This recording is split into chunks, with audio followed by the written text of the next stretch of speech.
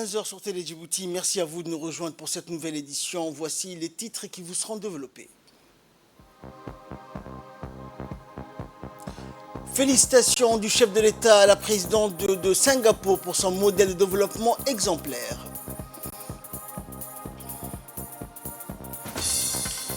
Et au moins 2 migrants morts et 30 disparus dans un naufrage au large de l'Italie. Voilà pour les titres, bonjour à tous. Le président de la République, Ismaël Omar Guelleh, a, à l'occasion de l'anniversaire de la fête nationale de la République de Singapour, formé des vœux de succès et de réussite à la présidente de ce pays, Madame Halima Yacob. Ces vœux du président de la République interviennent dans un télégramme de félicitations où il a également souhaité davantage de bien-être, de progrès et de prospérité au peuple ami de Singapour. Votre pays est d'autant plus légitime de placer dans le faste et la grandeur la célébration de sa fête nationale qu'il a acquis depuis longtemps le statut de modèle réussi de développement, a écrit le chef de l'État dans son message adressé à Halima Yacob. La République de Singapour est l'illustration parfaite que l'essor d'un pays n'est pas exclusivement tributaire des ressources dont il est naturellement doté, a dans le même document noté le président Guelleh, réitérant ses chaleureuses félicitations à l'ensemble du peuple ami de Singapour. Le Premier ministre Abdelkader Kamel Mohamed, dans sa qualité de vice-président du Rassemblement populaire pour le progrès, le RPP, et président de la coalition de l'UMP, a tenu ce matin une réunion d'échange et de concertation avec le Parti communiste chinois, conduite par M. Zhu Rui, ministre assistant du département international du comité central du Parti communiste chinois. Le Rassemblement populaire pour le progrès et le Parti communiste chinois tissent des liens solides. En effet, la scène diplomatique s'est avérée propice à cet échange d'idées et de perspectives entre les deux délégations, laissant transparaître une volonté commune de renforcer les liens historiques qui unissent les deux entités politiques. Dans une atmosphère éminemment courtoise et constructive, les interlocuteurs ont apprécié l'occasion de discuter d'une myriade de questions d'intérêt mutuel, marquant ainsi une nouvelle ère de collaboration fructueuse. Et parmi les sujets abordés avec éloquence, les enjeux géopolitiques de portée régionale et internationale ont été émis en exergue, jetant un regard attentif sur des thématiques cruciales tels que les défis environnementaux et sécuritaires ainsi que les dynamiques économiques en constante évolution. L'importance d'une coopération rapprochée pour relever ces défis a été unanimement soulignée, traduisant ainsi une volonté manifeste de transcender les frontières et les divergences pour œuvrer ensemble vers des solutions communes. La réunion a vu la participation du ministre de la Défense chargé des relations avec le Parlement, Hassan Omar Mohamed Burhan, et les parlementaires honorables Ibrahim Abdo et l'honorable Husseina Abdelkader, ainsi que le doyen du parti RPP, Ali Abdi Farah. Écoutons pour plus de précision donc les différents représentants des deux partis, des extraits donc et des interventions que nous retrouverons dans nos prochaines éditions. L'autorité arabe des théâtres, en partenariat avec l'Agence nationale pour la promotion de la culture, l'ANPC, et le Théâtre national de Mogadiscio, a organisé une session de formation sur les techniques de théâtre. Une cérémonie de lancement officiel de la première session de formation sur les principes et les techniques de l'art théâtral a eu lieu aujourd'hui dans le locaux de la Bibliothèque nationale de l'Agence nationale pour la promotion de la culture, marquant un moment significatif dans la coopération culturelle entre Djibouti, les Émirats arabes unis et la Somalie. En ce sens, l'Agence nationale pour la promotion de la culture a signé un protocole de coopération avec l'autorité arabe du théâtre basé donc à Sharjah, aux Émirats arabes unis, visant à promouvoir et développer le théâtre dans le monde arabe. Cette initiative ambitieuse vise à renforcer les liens culturels entre les nations arabes et à offrir une plateforme pour l'échange d'expertise et de savoir-faire dans le domaine du théâtre, et ce en présence du directeur de la formation de l'autorité arabe du théâtre, Ghanem Saber Hassan, et du responsable du marketing du Théâtre national de Mogadiscio, Abdurrahman Mohamed, et du directeur général de l'ANPC, Mohamed Hussein Douali. Écoutons pour plus de précision l'intervention du directeur général de l'ANPC. Avec une grande joie et un profond honneur que je vous accueille aujourd'hui à cette cérémonie de lancement officielle de la première session de formation sur les principes et techniques de l'art théâtral, qui marque un pas significatif vers le renforcement des liens culturels et artistiques entre nos nations. au nom du ministère de la Jeunesse et de la Culture, notamment son agence d'exécution, qui est l'Agence nationale pour la promotion de la culture, je tiens à souhaiter la plus chaleureuse bienvenue aux éminents représentants de l'autorité arabe du théâtre de Sharqa, ainsi qu'au Théâtre national de Mogadiscio. Cette initiative témoigne de l'engagement profond de l'autorité arabe du théâtre envers la promotion et le développement culturel et théâtral. Et nous sommes honorés de collaborer avec une institution aussi prestigieuse qu'est l'autorité arabe du théâtre. Je tiens à exprimer ma sincère gratitude au secrétaire général, son Excellence Ismail Abdallah, de l'autorité arabe du théâtre, qui évolue sous l'autorité du cheikh Sultan bin Mohammed Al-Qasimi, qui est l'émirat du Sharqa. Et bien sûr à toute son équipe pour leur vision audacieuse et leur dévouement envers cette noble cause.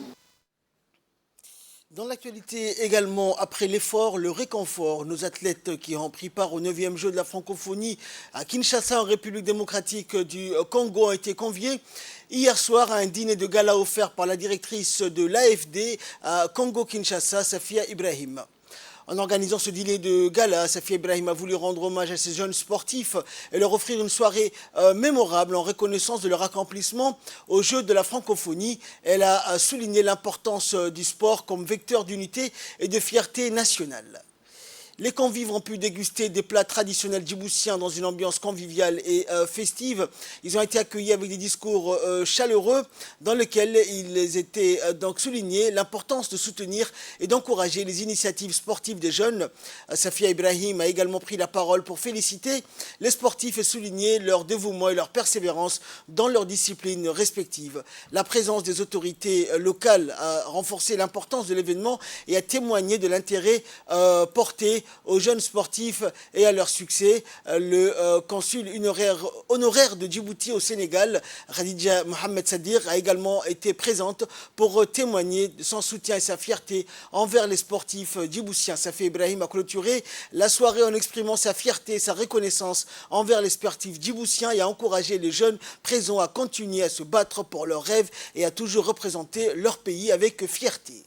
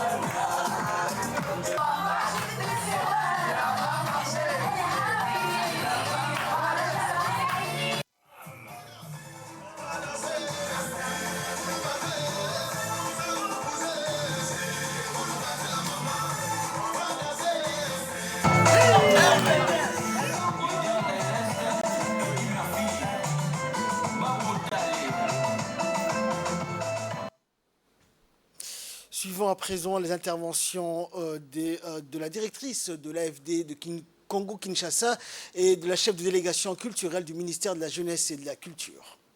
Plaisir de vous retrouver ici en Afrique centrale et plus particulièrement ici à Kinshasa, et où je suis la directrice de l'Agence française de développement. Donc là, vous êtes dans un petit bout de France, là où j'habite. Et donc, c'était vraiment pour moi ce petit moment de revoir un peu mes origines était plutôt assez émouvant. Et c'est la première raison. La deuxième raison, c'est que la première fois que Djibouti avait participé à des Jeux de francophonie, je faisais partie de la délégation. Et que j'étais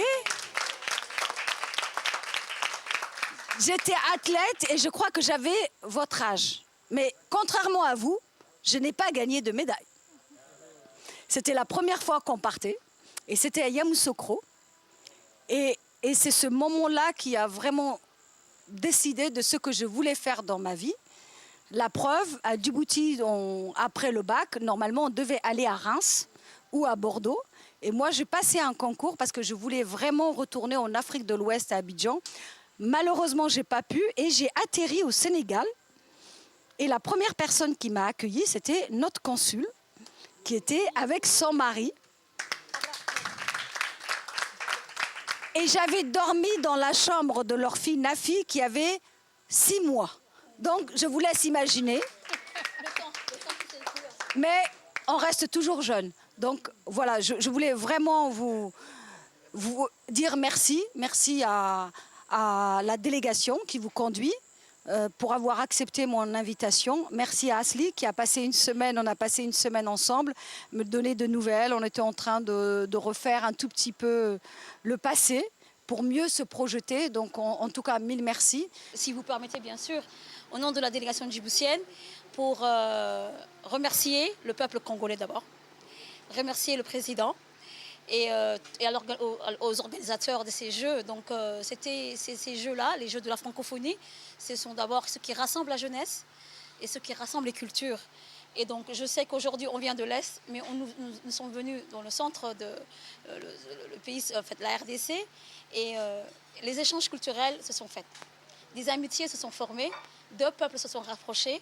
Nous remercions le peuple congolais, nous remercions le gouvernement et à la tête de ce gouvernement, le président Tshisekedi.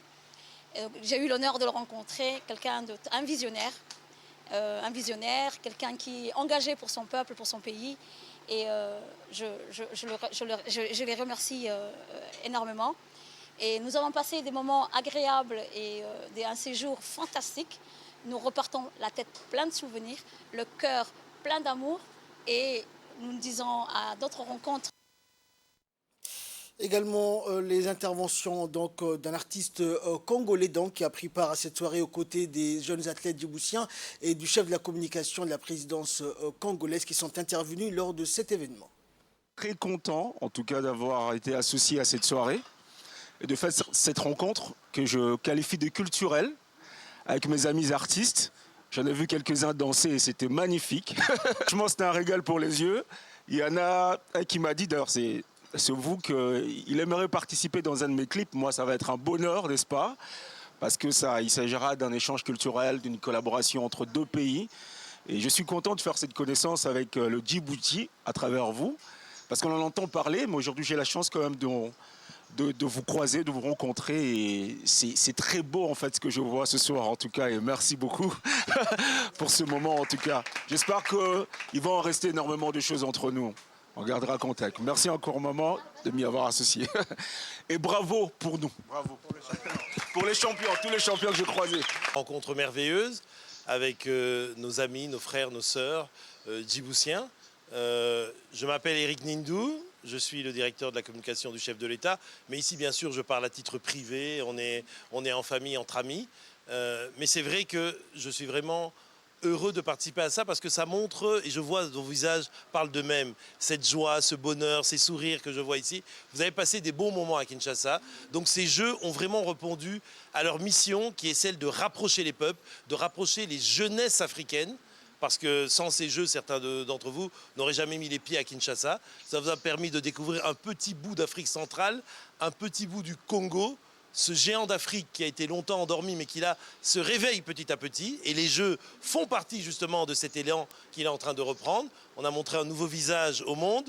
On est heureux d'avoir accueilli nos frères et nos sœurs d'Afrique, mais de partout, parce que la jeunesse du monde et la jeunesse africaine doit être ensemble pour mettre en avant, promouvoir les valeurs de la solidarité et de la fraternité entre nous. Globalement, le séjour s'est bien passé, les Jeux se sont bien passés, vous garderez tous de merveilleux souvenirs. Et dans le reste de l'actualité, le nouveau préfet de Tadjoura, Mohamed Hamad Abbas, engage un dialogue constructif lors de sa première tournée dans la sous-préfecture de Randa, notamment au village de Randa. Il a entrepris hier sa première tournée de prise de contact dans la sous-préfecture de Randa. Cette initiative reflète son engagement envers une communication ouverte et un dialogue direct avec la population locale. Au cours de sa visite, le préfet Abbas a été chaleureusement accueilli par les habitants de Randa qui ont saisi cette occasion pour exprimer leurs préoccupations et leurs besoins. Les notables de la région ont présenté un aperçu des défis auxquels la population fait face au quotidien, mettant en avant des questions vitales telles que l'accès à l'eau, le manque de carburant pour l'énergie du village, le chômage bien évidemment et les difficultés rencontrées par les personnes à besoins spéciaux. Au cours de la tournée, le préfet a visité plusieurs infrastructures clés du village de Randa, dont la centrale électrique, la pompe et le moteur qui fournissent de l'eau à la localité, ainsi que les locaux de l'administration sous-préfectorale. Cette visite illustre également l'engagement du préfet à évaluer directement la situation sur le terrain et à comprendre les besoins spécifiques de la population.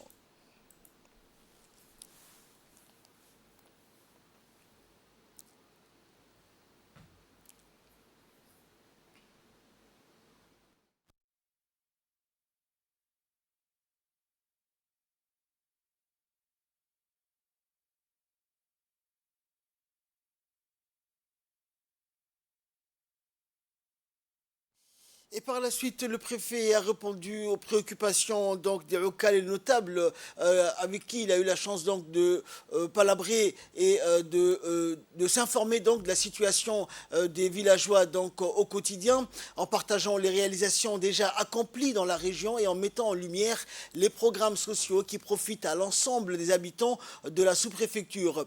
Le préfet a exprimé son engagement à trouver des solutions concrètes aux côtés du conseil régional aux problèmes évoqués, soulignant sa détermination à améliorer la qualité de vie des citoyens de Randa. Le nouveau préfet de Tadjoura a conclu sa tournée en réaffirmant son engagement envers le développement de la sous-préfecture de Randa et en promettant des actions concrètes dans le domaine qui relève de sa compétence, mais que ces actions soient mises en place avec une approche participative. La population locale doit s'approprier davantage ces infrastructures et doit participer activement au développement durable de sa localité, a-t-il indiqué. Les responsables des différents services déconcentrés ont également eu l'opportunité de rassurer la population en présentant les projets futurs qui sont en cours d'élaboration. Ces projets visent à répondre aux besoins essentiels de la communauté et à favoriser le développement durable de la région. En Nouvelle du Monde, à présent, au moins 2 personnes sont mortes et plus de 30 sont portées disparues après le naufrage de 2 bateaux transportant des migrants au large de l'île italienne de Lampedusa, a déclaré donc hier l'Agence des Nations Unies pour les migrations. Les 2 bateaux étaient partis du port de Sfax en Tunisie et transportaient respectivement 48 et 42 personnes. Les gardes-côtes italiens ont repêché les corps d'une femme originaire de Côte d'Ivoire et de son bébé de 1 an. Les autorités italiennes ont déclaré qu'elles enquêtaient sur le naufrage. Le ministère de l'Intérieur du pays a déclaré que les chiffres de l'immigration par voie maritime avaient doublé cette année pour atteindre 92 000 contre 42 600 enregistrés au cours de la même période en 2022. Plus de 1800 personnes ont perdu la vie lors de la traversée de la Méditerranée centrale entre l'Afrique du Nord et l'Europe, considérée comme la plus meurtrière au monde. L'Organisation internationale pour les migrations, l'OIM, a déclaré que les chiffres réels étaient probablement beaucoup plus élevés. En juillet dernier, l'Union européenne a signé un accord d'1 milliard d'euros avec la Tunisie pour endiguer l'immigration clandestine. La Côte d'Ivoire est confrontée à des problèmes environnementaux, notamment la disparition de son couvert forestier, l'appauvrissement des sols, la pollution des eaux et de l'air. Pour faire face à ces défis, le pays d'Afrique de l'Ouest ambitionne de couvrir son couvert forestier de 10% à 20% d'ici à 2030.